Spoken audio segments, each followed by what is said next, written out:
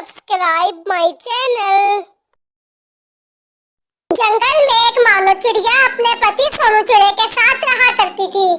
एक दिन सोनू चिड़ा मानो चिड़िया से कहता है, अरे मानो चिड़िया, मैं सोच रहा था कि क्यों ना कल रात हम जंगल के सभी पक्षियों को अपने घर पर दावत पर बुला लें। देखो कितने दिन हो गए हैं, हम सब पक्षियों ने एक साथ बैठकर भोजन नहीं किया। हाँ मगर सोनू चिड़े, तुम मुझे बताओ कि क्या तुम्हें नहीं लगता कि तुम कुछ भूल रहे हो? नहीं नहीं मानो चिड़िया, मुझे तो ऐसा कुछ भी नहीं लग रहा, मुझे तो सब याद है।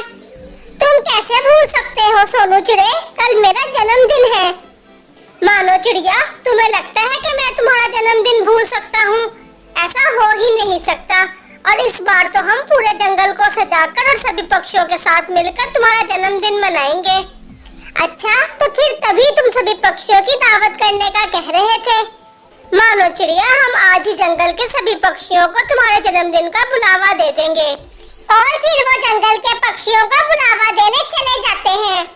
अरे पक्षियों, कल आप सबको मानो चिड़िया के जन्मदिन में आना है, क्योंकि कल मैं जंगल को पूरा सजा दूंगा और फिर आप सबके साथ मिलकर मानो चिड़िया का जन्मदिन मनाऊंगा।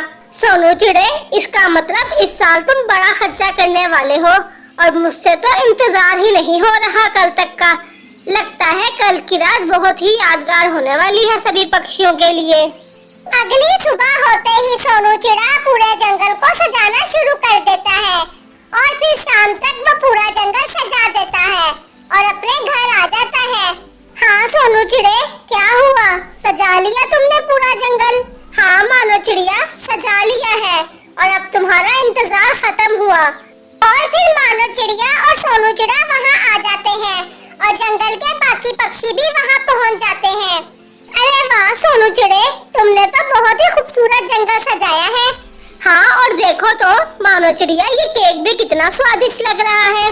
चलो मानो चिड़िया, अब जल्दी से तुम केक काटो। और फिर वो सभी पक्षी मानो चिड़िया का जन्मदिन शुरू ही कर रहे होते हैं कि जंगल में काले बादल आ जाते हैं और बिजली के साथ बारिश शुरू होने लगती है।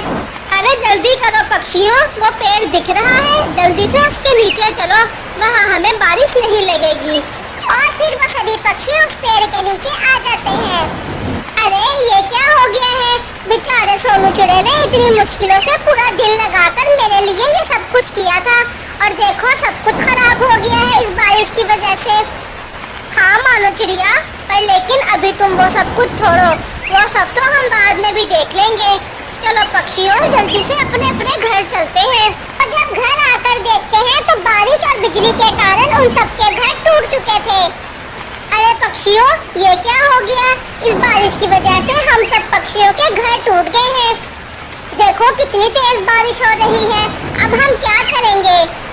पक्षियों, अब हमें कुछ न कुछ तो करना ही होगा, क्योंकि हम ज्यादा देर तक यहाँ नहीं रह सकते। और देखो जंगल में आहिस्ता आहिस्ता पानी भर रहा है। पक्षियों, हमारे जंगल के पीछे जो नाव रखी है उसको हम यहाँ ले आते हैं और उसमें बैठ जाते हैं। हाँ, वहाँ तो काफी ज्यादा कश्तियाँ रखी हुई हैं, हम वो यहाँ ले आते हैं और उसमें बैठ जाते हैं। और फिर वो सब वैसे ही करते हैं, वो जंगल में आकर उन कश्तियों को लाकर उनमें बैठ जाते हैं। पक्षियों, मुझे नहीं लगता कि ये छोटी छोटी सी कश्तियाँ ज्यादा देर तक हमारा साथ दे सकेंगी। ये मानो चिड़िया बिल्कुल ठीक कह रही है और मेरे को तो वैसे भी बहुत ज्यादा अफसोस है। मैंने तो पता नहीं क्या क्या सोचा था मानो चिड़िया के जन्मदिन के लिए और देखो आज क्या क्या हो रहा है हमारे साथ। सोनू चिड़े, तुम क्यों उदास हो रहे हो? इसमें तुम्हारी कोई गलती नहीं है। और फिर देखते ही देखते वो कश्तियाँ भी डूब जाती हैं। अरे ये क्या हो रहा है हमारे साथ, ये परेशानियाँ तो पीछा ही नहीं छोड़ रही हमारा। चलो पक्षियों, अब हम जंगल के पीछे वाली गुफा में चलते हैं। और मानो चिड़िया के कहने पर वो गुफा में आ जाते हैं और उनको वहाँ एक सांप नजर आता है। पक्षियों, ये मेरी गुफा है, आप सब यहाँ किसकी इजाजत से आए हैं? अरे सांप जी, हमारे जंगल में काफी ज्यादा बारिश हो रही है, जिसके कारण हम सभी के घर टूट चुके हैं और हमारे पास रहने के लिए कोई जगह नहीं है, इसलिए अपनी जान बचाने के लिए यहाँ आए हैं हम। वो सब मेरा मसला नहीं है, आप सब यहाँ से चले जाएं, नहीं तो मैं एक एक करके आप सबको अपना भोजन बना लूंगा। अरे नहीं भाई नहीं, चलो पक्षियों, इससे अच्छा तो हम वही थे। बस फिर वो सभी पक्षी दोबारा से जंगल में आ जाते हैं। अरे पक्षियों, ये क्या होता जा रहा है? मुसीबतें तो हमारा पीछा ही नहीं छोड़ रही हैं। अब बस बहुत हुआ, मुझे बहुत ज्यादा गुस्सा आ रहा है। चलो हम उस बादल के पास जाते हैं और उससे बात करते हैं। चलो कालू कौवे, तुम और मैं चलकर उससे बात करते हैं। और फिर वो दोनों बादल के पास चले जाते हैं। अरे भाई बादल भैया, आपको क्या हो गया है? इतनी देर से बरसात ही किए जा रहे हैं। बस बहुत हो गई है अब ये बारिश। अब इस बारिश को बंद कर दें। हाँ भाई बादल भैया, हमें बहुत ही ज्यादा परेशानी हो रही है इस बारिश के कारण। इस बारिश के कारण हमारा पूरा जंगल बर्बाद हो गया है। आपकी वजह से हमारा बहुत ज्यादा नुकसान हो गया है।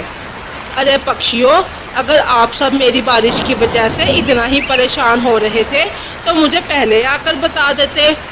अच्छा ठीक है, अब मैं बारिश बंद कर देता हूँ। और फिर वो दोनों बादल का शुक्रिया अदा करते हैं और वहाँ से वापिस आ जाते हैं। पक्षियों, हमने तो सोचा था कि हम मानो चिड़िया का जन्मदिन बहुत ही ज्यादा धूमधाम से मनाएंगे। हमें क्या पता था कि ये रात हमारे लिए यादगार ही बन जाएगी। कोई बात नहीं सोनू चिड़े, जन्मदिन तो हम बाद में भी मना लेंगे। लेकिन देखो, अभी रहने की कोई जगह नहीं है। सबसे पहले हम सब पक्षी अपने अपने रहने का बंदोबस्त कर लेते हैं। और फिर वो सभी पक्षी दोबारा से लकड़ियाँ इकट्ठी करके अपना घर दोबारा बनाने लगते हैं। ऐसे वो रात दिन सबके लिए यादगार बन जाता है, क्योंकि उस रात काफी ज्यादा नुकसान हो गया था। और फिर कुछ ही दिनों में जंगल के पक्षी अपनी मेहनत से दोबारा घर बना लेते हैं और दोबारा से सुकून की जिंदगी गुजारने लगते हैं।